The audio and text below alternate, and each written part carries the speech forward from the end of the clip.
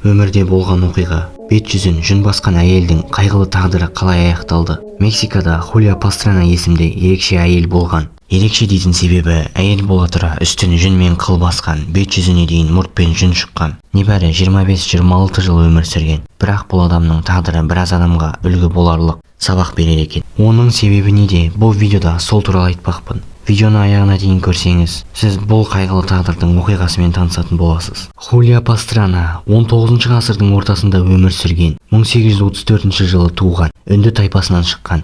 1860 жылы Мәскеуде қайтыс болған. Содан 153 жылдан кейін 2013 жылы ғана сүйегі Мексикаға жеткізіліп, сонда жерленді. Хулия дүниеге келген сәттен кейіпі сондай болған деседі. Жүн басып туған. Есейгеннен кейін де өзгермеді, тіпті ұсқынсыз болып кеткен көрінеді. Әйелдің әдемілігінен сау тамтығы жоқ. Бет жүзі маймылдікі сияқты, сиықсыз, тісі қисық, бойы қысқа, небәрі 140 см. Үсті басын жүн басқан. Адам маймылдан жаратылған деген идеяны айтқан Чарльз Дарвиннің өзі бұл әйелді көргенде таңғалған деседі. Хулия Пастрана есімді испан бишісін көрдім. Тамаша билейді, бірақ түрі сондай қорқынышты. Бет жүзін еркектің сақалы жапқан, маңдайын жүн басып кеткен. Тісі ол қисық, екі қатарға өскен. Бірақ сондай ұсқынсыз болса да, сондай әдемі, баурабалар қасиеті бар деп сипаттапты Дарвин. Маймыл әйелдің жастық шағы, ержеткен кезі жайлы мәлімет өте аз. Тек 1854 жылға дейін Мексиканың бір ауқатты жанұясында тазалаушы болып жұмыс істегені белгілі. Сол жылы оны ақш-тың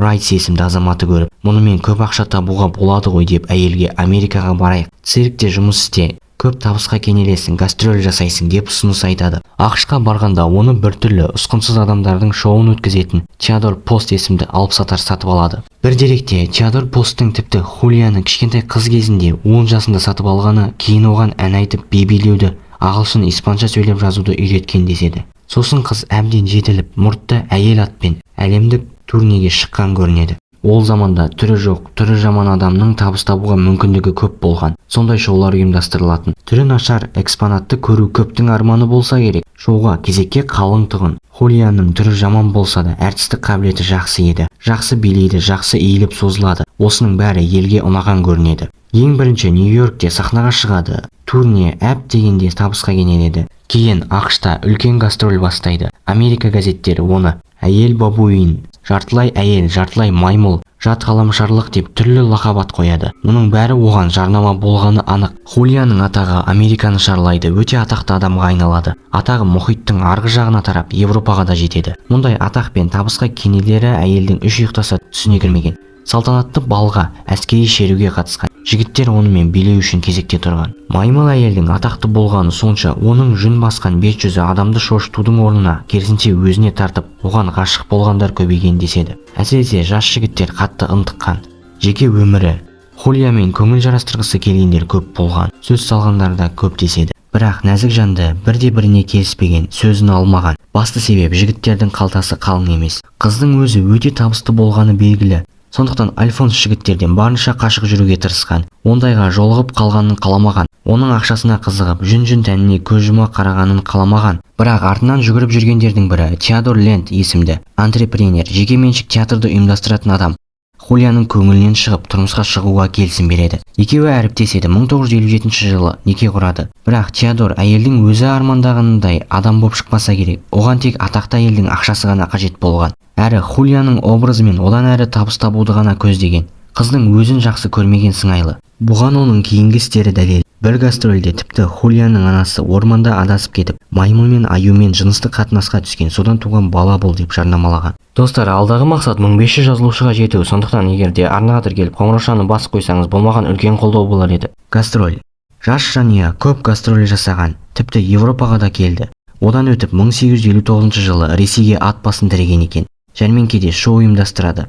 Жарнаманың анонсында Хулияны Юлия деп таныстырып, маймыл мен адамнан туған қыз деп дабырайтып жарнама жазған. Шоуға кіру құны 1 сом 50 тиын деп көрсетеді. Балаларға билеттің жарты құны. Жергілікті газеттің бірінде тіпті маймыл әйел өзіне жар іздеп жүр деп те жазып жіберген. Пастрананың күйеуі бар екенін әдейі айтпаған. Шоуға императордың өзі бас сұққан деседі. Өлімі. Юлия 1860 жылы балалы болады. Ресейде жүрген кезінде Мәскеуде босанады. Баласы да өзіне құсап туған көрінеді. Бірақ 3 күнге жетпей шетінеп кетеді. Босанғаннан кейін жағдайы нашарлап 5 күннен кейін Юлияның өзі қайтыс болады, 26 жасында. Күйеудің ниеті. Әйелінің өліміне Теодор Лэнд қатты ашуланған көрінеді. Өйткені ойлаған ойы, жоспары күл-талқан болды. Табыс табамын деген ойы орындалмады. Бұдан қалайда пайда тапқысы келген Лэнд өлген әйелдің мәйітін мумиялап, содан ақша жасауды ойлайды. Мәскеу профессоры Иван Соколовпен келісіп, әйелдің және баланың мәйітін мумиялатқан. Ғалым мен Лэнд келіспей қалады. Соколов мумияны музейге өткізгісі келсе, Лэнд оны арғарай гастрольдік сапарға шығарып пайда көргісі келеді. Екеуі соттасып, некелі жар Лэнд жеңіп шығады. Мәйітті коммерциялық мақсатта қолданады. Алайда уақыт өте келе маймыл әйелдің ғұмыры ешкімге қызық болмай қалады. Содан музейге апарып тапсырады. Теодор екінші рет үйленген. Бұл жолы да мұртты қызға үйленеді. Оны Теодор маймыл әйелдің сіңілісі деп жарнамалап музейге өткізген. Бұрынғы әйелі мен баланың чучеласын алып, тағы гастрольдік сапарға шыққан екен. Бірақ сараңдық пен пайда күнемдік еркектің түбіне жетіп тынды. 1880 жылы Санкт-Петербургте психиатрия ауруханасына түсіп қайтыс болады. Бүкіл дәулеті екінші әйеліне мұра болып қалады. Әйелі мумияны алып Германияға барады. Көрмеге қоюға тырысады.